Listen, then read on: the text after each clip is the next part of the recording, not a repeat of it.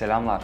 Size harika bir haberim var. Yepyeni bir strateji buldum ve bu yöntemle daha yeni başlıyor olsanız bile güzel sonuçlar alabilirsiniz. Hatta başlangıçta birkaç lira ile bile başlayabilirsiniz. Neler yapabileceğinizi görmek istiyorsanız videoyu sonuna kadar izleyin.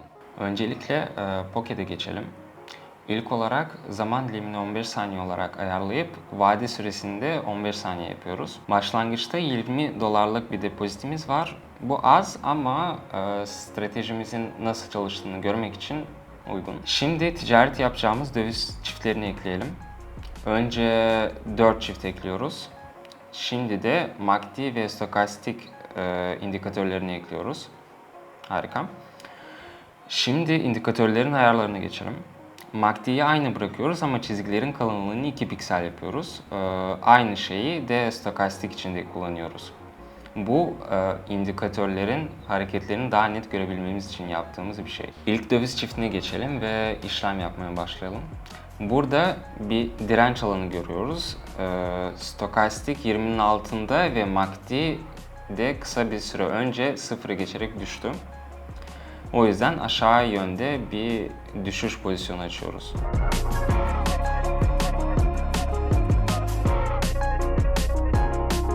Süper. Sabit kar.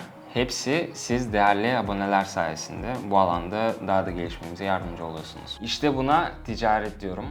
Benim için bu hayat kalitemi sürekli olarak artırmak için birçok fırsat sunuyor. Yani mesela dünyanın her yerinden çalışabiliyorum. En iyi tatil yerlerini seyahat edebiliyorum. Mağazalarda istediğim her şeyi alabiliyorum ve bunu Telegram kanalım üzerinden başkalarının da aynı başarıya yakalamasına yardımcı olmak için kullanıyorum. Şu anda kanalımda 1000'den fazla üye var ve sadece dün birlikte yaklaşık olarak 20.000 dolar kazandık. Bunu nasıl başardığımızı merak ediyorsunuzdur. Olay şu ki yaptığım her işlemleri kanalda paylaşıyorum ve isteyen herkes aynısını yapıp benimle aynı sonuçları alabiliyor. Ve en güzel yanı şu anda abonelerim için bunun tamamen ücretsiz olması. Bu yüzden vakit kaybetmeyin. Hemen açıklamadaki linkten abone olun. Miktarı ayarlayıp bir sonraki döviz çiftine geçelim. Yükseliş hareketini görüyoruz.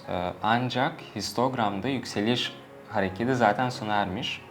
O yüzden stokastiğin düşüşe geçtiği ve fiyatın biraz daha yükseldiği anı bekliyoruz. Fiyatı mükemmel. Burada put opsiyonuna basıyoruz. Opsiyonu açıyoruz ve kırmızı çizginin yeşil çizgiyi aşağıdan yukarıya doğru kestiğini görüyoruz. Bu da bize düşüş hareketinin başladığını gösteriyor.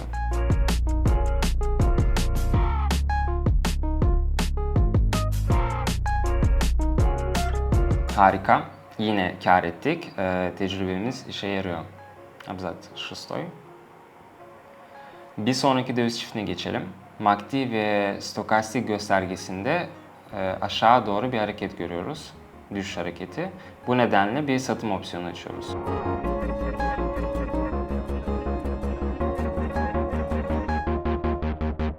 Harika bir anlaşma yaptık. Bu tamamen sizin bana öğrenmemde yardımcı olmanın sayesinde. O yüzden hepinize teşekkür ediyorum.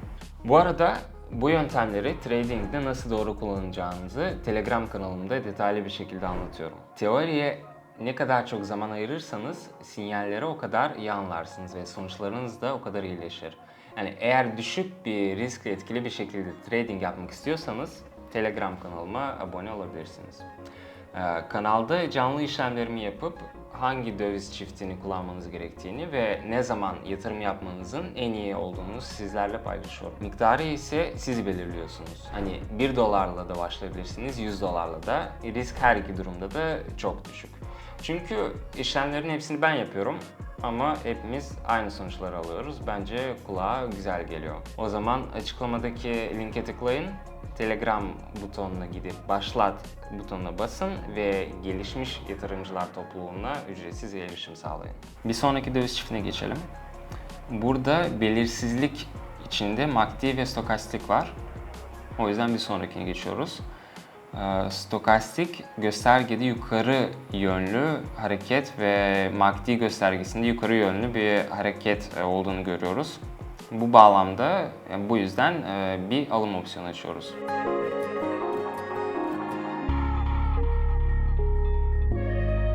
İyi iş çıkardık. Miktarı ayarlayıp bir sonraki döviz çiftine geçiyoruz.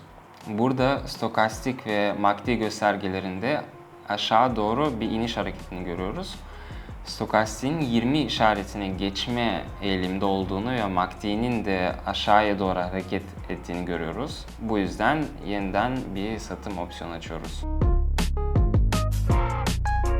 Karımızı aldık. Bir sonraki döviz çiftine geçiyoruz. MACD üzerinde belirsizlik olduğunu görüyorum.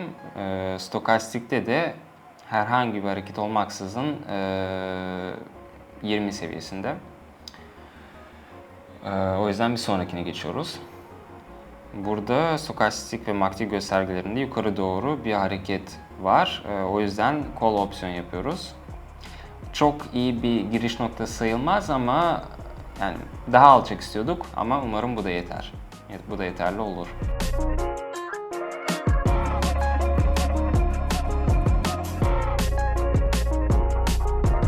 Süper.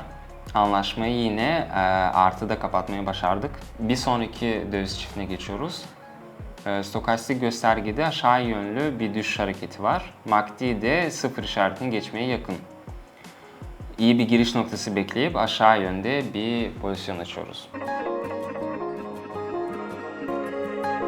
İyi iş çıkardık. Bugün sizinle 200 dolardan 1900 dolar kazanabildik. Yani İnanabiliyor musunuz? Hadi bir işlem daha yapalım. Bir sonraki döviz çiftine geçiyoruz. Burada MACD ve stokastik göstergede belirsiz bir değer var. O yüzden bir sonraki döviz çiftine geçiyoruz. Stokastik göstergede yukarı yönlü bir hareket var. 80'in üzerinde. Ayrıca MACD'miz de artıyor. O yüzden put opsiyon yapıyoruz.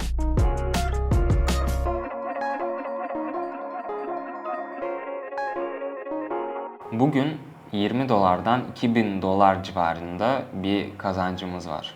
Bir de sizinle paylaşmak istediğim güzel bir haber daha var. Bugün hesabımda 2000 dolar var ve bu stratejinin ne kadar etkili olduğunu gösteriyor. Yani bu stratejiyi kullanın, trading yapın ve mükemmel sonuçlar elde edebilirsiniz. Yani sanırım artık fark etmişsinizdir ki trading'e başlamanın en güvenilir ve en basit yolu benim stratejilerim ve işlemlerimi canlı takip etmek. Telegram kanalımda herkes hangi saatlerde ve hangi döviz çiftlerinin başarılı işlemler için seçtiğimi görebilir. Dün benimle trading yapan herkes bugün benimle aynı sonuçları elde etti. Yani sadece birkaç işlemle Telegram kanalımda birlikte 1000 dolardan fazla kazanç sağladık. Ya bence fena değil mi? Eğer siz de aynı düşüncedeyseniz profesyonel yatırımcılar topluluğumuza katılabilirsiniz. Sizi Telegram kanalımda bekliyor olacağım. İzlediğiniz için teşekkürler.